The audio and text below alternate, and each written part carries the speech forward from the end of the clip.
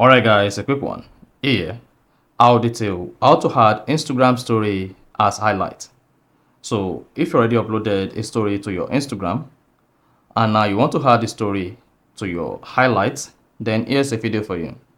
So if at the end of this you found this offer informative, please don't forget to like and then subscribe. Now to add Instagram story as highlight, all you need to do is go ahead and open your Instagram, then locate and click on story. Now you should see your Instagram story just like this. So it could be this, it could be something else. Just the Instagram story you want to set as highlight. So go ahead and click on highlight. Then you should see what that says add to highlight. Click on new. Then you can describe the highlight or just go ahead and click on add. Then you should say add to highlight. Add it to highlight. Highlights stay on your profile until you remove them. Then you can click on done.